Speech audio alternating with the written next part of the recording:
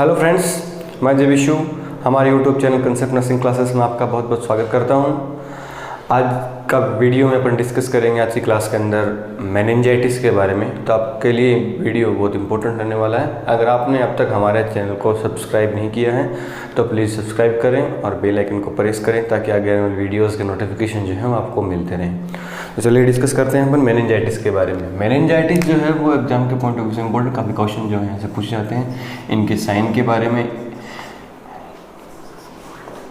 और इसके अंदर होने वाली नर्सिंग रिस्पॉन्सिबिलिटी के बारे में। मेनिंजाइटिस, बात करें मेनिंजाइटिस के जर्नल इंट्रोडक्शन की। मेनिंजाइटिस होता क्या है, तो नाम से पता लग रहा है आइटिस जो वर्ड है वो रिप्रेजेंट करता है इन्फ्लामेशन को, स्वेलिंग को या इन्फेक्शन को, और मेनिंजिस जो वर्ड है वो रिप्रेजेंट कर रहा है मेनिंजिस लेयर को, यानी जो सेंट्रल नर्व सिस्टम होता है, या बात करें अपन कि स्पाइनल कॉर्ड और ब्रेन जो होता है उसकी जो आउटर कवरिंग होती है, आउटर जो कवरिंग होती है वो 3 लेयर से मिलकर बनती है।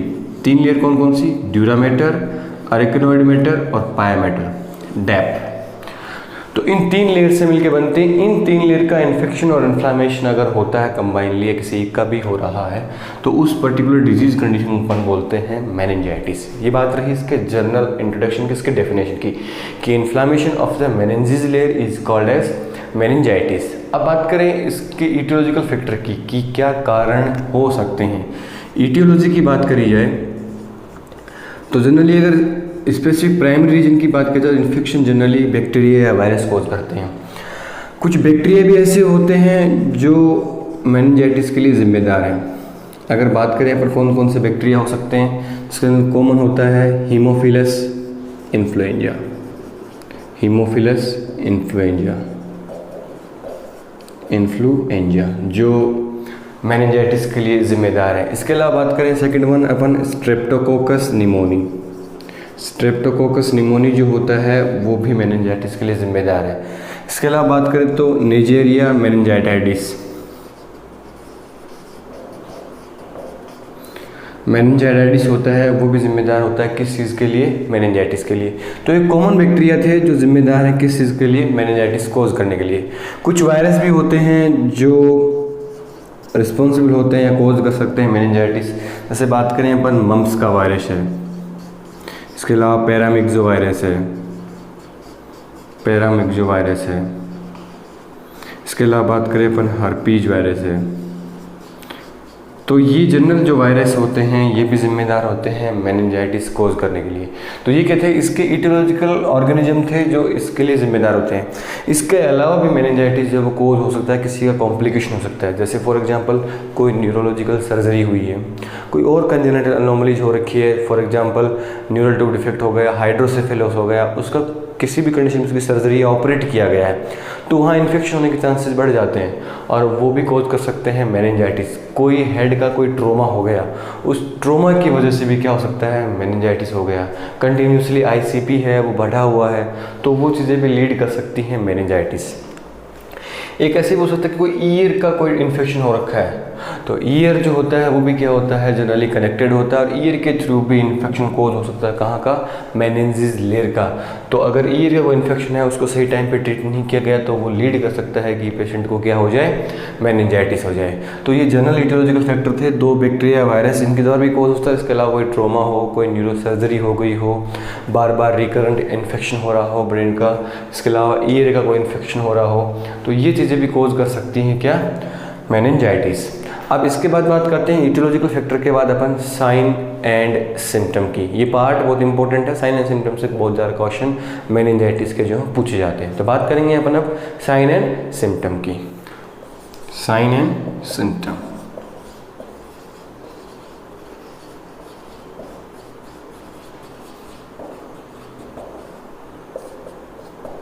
साइन सिम्टम की बात करें तो जनरली इन्फेक्शन जो होता है उसकी कंडीशन में जनरल साइन एंड सिम्टम जो है इन्फेक्शन में हर एक केस में अपने को जनरली फीवर जो है वो देखने को मिलता है।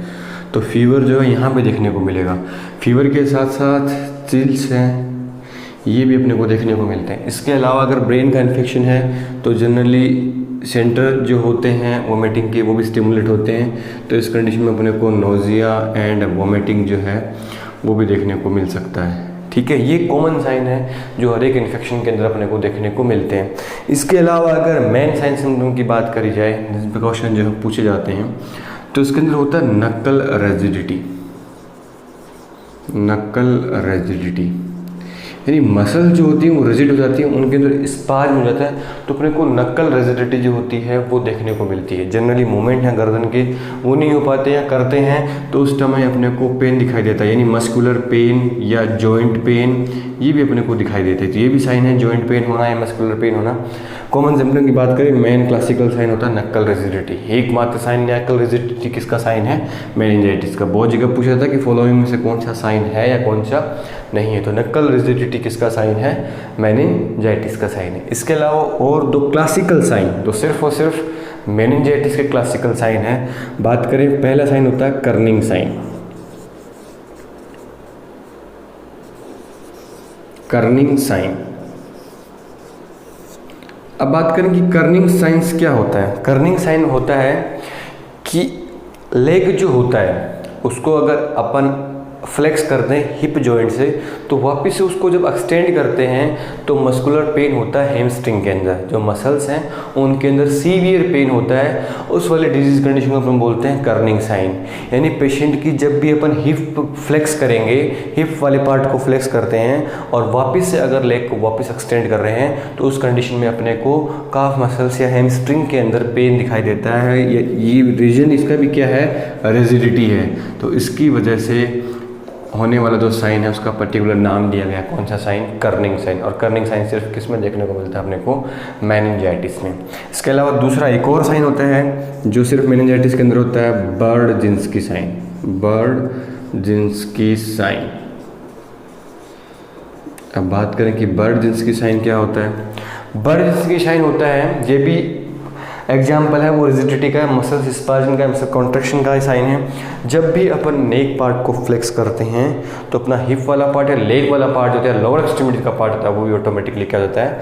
फ्लेक्स हो जाता है। और उस कंडीशन में अपन बोलते हैं बर्डजिंस्की साइन। यानी जब भी अपन नेक को एक्सटेंड करेंगे तो साथ साथ क्या होगा? लेग जो है वो भी ऊपर की तरफ एक्सटेंड हो जाते हैं। उस कंडीशन को अपन बोलते हैं बर्डजिंस्की साइन। तो ये क्या थे? कॉमन साइन थे। इसके अलावा भी काफ़ी साइन अपने को मेनिंजाइटिस में देखने को मिल सकते हैं, बट क्लासिकल साइन 3 ही है। नक्कल रेजिडिटी याद रखना है अपने को, कर्निंग साइन याद रखना है और बर्डजिंस्की साइन याद रखना है। इसके अलावा अगर चाइल्ड में ही अपन पर्टिकुलर बात करें, बच्चे के अंदर ही, तो अपने को उसके अंदर पुअर फीडिंग का रीज़न भी क्या है? Infection. Poor feeding and anorexia जो है वो दिखाई देगा। बच्चे को भूख भी नहीं लगेगी, पुअर फीडिंग होगी। और पुअर फीडिंग हो तो बच्चा क्राई भी करता है, और क्राई करेगा तो कैसा क्राई करेगा? क्योंकि मेनिंजाइटिस की वजह से आईसीपी जो है वो बढ़ जाता है। तो आईसीपी बढ़ने की वजह से जो क्राई होता है वो कैसा क्राई होता है? हर सिचुएशन में हाई पिच श्रिल क्राई, जो हाइड्रोसिफिलिस के अंदर था। तो वैसे वाला क्राई ही अपने को यहाँ देखने को मिलता है, हाई पिच श्रिल क्राई। तो ये सिम्टम थे। जनरल सिम्टम बात करें, फीवर होता है, चिल्स, नोजिया, वोमिटिंग, नक्कल रेजिडिटी, कर्निंग साइन, बर्डजिंस्की साइन। इसके अलावा पेन अपने को जॉइंट के अंदर या मसल्स के अंदर पेन देखने को मिलता है। इसके अलावा फीडिंग पुअर होती है बच्चे के अंदर, और हाई पिच श्रिल क्राई करता है बच्चा एनोरेक्सिया की वजह से। तो ये साइन सिम्टम थे किसके? मेनिंजाइटिस के। अब साइन सिम्टम के बाद अगर अपन बात करें कि डायग्नोसिस, कैसे डायग्नोज करेंगे कि कोई भी बच्चा या कोई भी पेशेंट जो है वो मेनिंजाइटिस से सफ़र कर रहा है कि नहीं कर रहा। अब बात करते हैं अपन डायग्नोसिस की।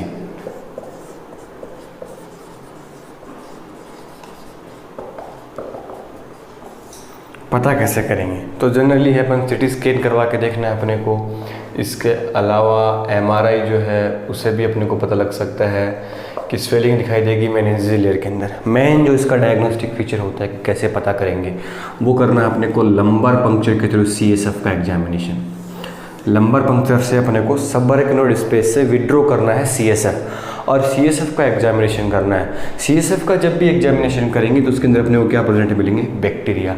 वो इन्फेक्शन हो सकता है कि बैक्टीरियल हो या वायरल हो। अगर बैक्टीरियल इन्फेक्शन होगा तो सीएसएफ के अंदर क्या क्या डिफॉर्मिटी अपने को मिलेंगे, क्या क्या अल्ट्रेशन मिलेंगे? उसके अंदर अपने को ग्लूकोज कम और प्रोटीन ज़्यादा मिलेगा। प्रोटीन जो है वो ज़्यादा मिलेगा। इसके अलावा बात करें WBC जो है वो क्या हुई होंगी, बढ़ी हुई होंगी। तो ये इंडिकेट करता है कि इस चीज़ को, मेनिंजाइटिस को, कि ग्लूकोज कम है, प्रोटीन बढ़ा हुआ है और WBC अगर ज़्यादा है, काउंटिंग अगर ज़्यादा है वाइट ब्लड सेल्स की, तो CSF के अंदर इन्फेक्शन, और इन्फेक्शन कौन सा है, बैक्टीरियल इन्फेक्शन है।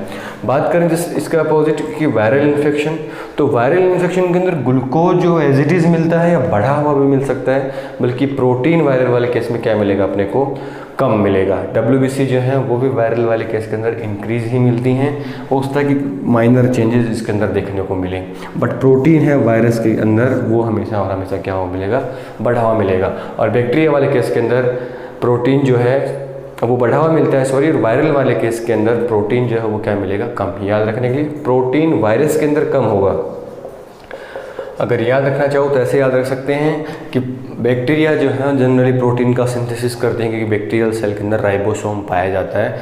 तो और ग्लूकोज कम मिलेगा क्योंकि बैक्टीरिया जो है ग्लूकोज को एज ए न्यूट्रिशन रिसीव करते हैं, ग्लूकोज को ही खाते हैं, तो ग्लूकोज केस के अंदर कम मिलेगा। वायरल वाले केस के अंदर ग्लूकोज बढ़ा हुआ मिलेगा और प्रोटीन क्या मिलेगा, कम मिलेगा। तो ये इंडिकेशन है कि अपने को एग्जामिनेशन करना है, डायग्नोज करना है, तो किसके थ्रू करना है अपने को, CSF के थ्रू। तो ये क्या थे इसके डायग्नोस्टिक फीचर। अब बात करते हैं अपन मैनेजमेंट की, कि क्या मैनेजमेंट जो है इसका हो सकता है।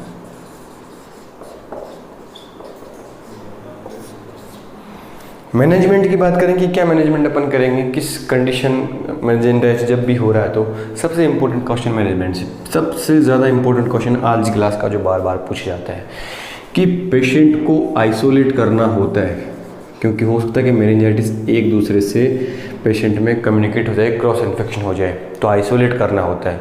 और आइसोलेशन का टाइमिंग पूछते हैं कि कब करते हैं, तो एंटीबायोटिक जब भी स्टार्ट करते हैं इन्फेक्शन को ट्रीट करने के लिए अपन क्या देंगे, एंटीबायोटिक।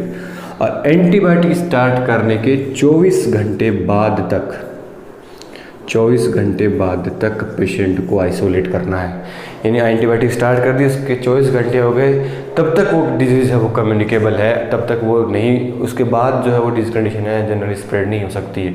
तो तब तक पेशेंट को क्या करके रखना है, आइसोलेट करके रखना है अदर पेशेंटों से या अदर जो भी ह्यूमन बीइंग वहाँ प्रेजेंट है। तो ये बहुत इंपॉर्टेंट क्वेश्चन है कि आइसोलेट करना है और कब तक करना है, after the starting of antibiotic 24 hours, यानी 24 घंटे तक उसको क्या करके रखना है, आइसोलेट करके रखना है एंटीबायोटिक स्टार्ट करने के बाद। सेकंड वन क्वेश्चन, जब भी CSF का सैंपल अपन ले रहे हैं डायग्नोज करने के लिए, वो कब लेना है, before the starting of antibiotic. Antibiotic start करने से पहले अपने को CSF का जो कल्चर होता है उसका सैंपल लेना है, अदरवाइज रिपोर्ट जो है वो क्या आती है, फॉल्स आती है। इसके अलावा जनरल बात करें अपन तो सिम्टोमेटिक मैनेजमेंट करना है। अगर ICP बढ़ा है तो अपने को डायरेटिक्स देनी है, जैसे फॉर एग्जांपल बात करें अपन मैनिटोल।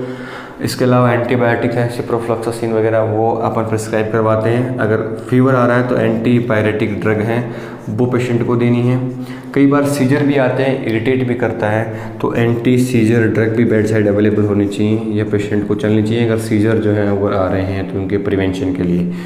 कूल एंड काम इन्वायरमेंट जो है वो पेशेंट को प्रोवाइड करवाना है, क्योंकि अगर एक्साइटेटरी इन्वायरमेंट में अगर पेशेंट को अपन रखेंगे तो पेशेंट को इरिटेशन होती है, सीजर आने के चांसेस भी जो है बढ़ जाते हैं, क्योंकि मेनिंजाइटिस में सब कॉमन है कि इरिटेशन तो होती ही होती है किसी भी न्यूरोलॉजिकल डिसऑर्डर के अंदर। तो इस इरिटेशन से बचने के लिए अपने को मरीज को कूल एंड काम इन्वायरमेंट जो है वो देना है। तो ये क्या था, सारा का सारा सिम्टोमेटिक मैनेजमेंट है। इसके लिए सीजर के लिए कंटिन्यूसली ऑब्जर्व करना है कि सीजर आ जाए तो कोई सेल्फ इंजरी जो है पेशेंट ना कर ले, कहीं कंटिन्यूसली ICP तो मेनिंजाइटिस की वजह से नहीं बढ़ रहा है, या कोई और दूसरे अल्ट्रेशन जो हैं वो तो नहीं आ रहे हैं। बट इंपॉर्टेंट क्वेश्चन यही है कि आइसोलेट करना है अपने को, और जो सिम्टोमेटिक में इन्फेक्शन को ट्रीट करने के लिए तो एंटीबायोटिक चलनी ही होती है। इसके अलावा सिम्टोमेटिक में जब फीवर आ रहा है, मसल्स अगर स्पाज्म हो रही तो मसल्स रिलैक्सेंट देने हैं। इसके अलावा बात करें अपन ICP बढ़ रहा है तो डायरेटिक्स जो हैं वो देनी है। इसके अलावा कॉमन अगर अदर कॉम्प्लिकेशन है उनके लिए कंटिन्यूसली जो है पेशेंट को क्या करते रहना है, मेजर करते रहना है। तो ये था आज का एक छोटा सा टॉपिक मेनिंजाइटिस। इंपॉर्टेंट थे 3 साइन जो बताए, और इसके अलावा चौथा क्वेश्चन जो है ये बताया जो एग्जाम में बार बार जो है पूछा जाता है। अगर आज का वीडियो आपको अच्छा लगा हो तो वीडियो के लिए कमेंट करें और वीडियो को ज़्यादा से ज़्यादा शेयर करें। हमारे YouTube channel concept nursing classes से जुड़ने के लिए बहुत बहुत धन्यवाद।